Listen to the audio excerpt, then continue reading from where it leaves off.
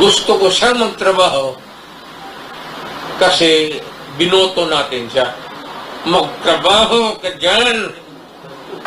Ba't gawain mo para sa bayan? Gusto ko siyang magtrabaho dyan for 6 years. He was elected by the people for 6 years. Putang ina, magtrabaho ko dyan. Dok-dokin mo yung mukha mo dyan sa misa. You work. We paid you. We elected you and we are paying you. Magtrabaho ka. Do not worry. Nobody but nobody is interested or are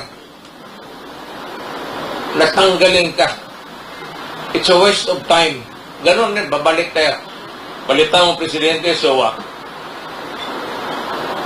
Bakit? Kung ang anak kong vice president maging president, would you think that this country would be better than what we have now? It's not a guarantee just because I'm not interested. As a matter of fact, I am praying that he should live until the very end of the term. Wala akong ano kay Marcos. Gusto ko siya magtrabaho kasi binoto natin siya. Magtrabaho ka dyan. Ba't gawain mo para sa bayan? Ngayon, pagkatapos ng 6 years term mo, then makita mo na magsalita ng tao and we will give you the verdict whether or not you were worth the vote. Yun lang na, hindi mo kailangan i-oust mo yan, ikudita-kudita, wala yan. Pagkatapos nila, sabihin mo lang, ikaw, ang grado mo, ito. Pag maganda, 95 ka, Mr. Marco.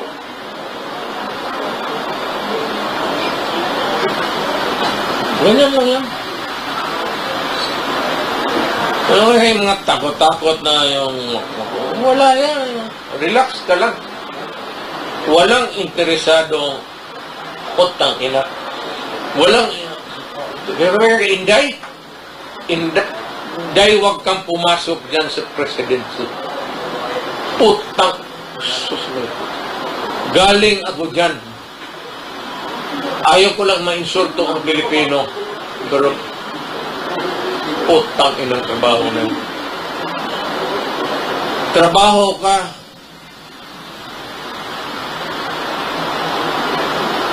Ako, magising ako alas 11. Magkain ako, ligo, kain. Tapos bihis, punta ng opisina. Pagdating doon, trabaho na. Matapos ako niyan, alas 10, alas 11. Sa bars ako, babalik ako. Di ako natutulog ng Malacanang eh. Dito lang ako sa likod. May mga bahay-bahay dyan. Tapos, umaga, ganun.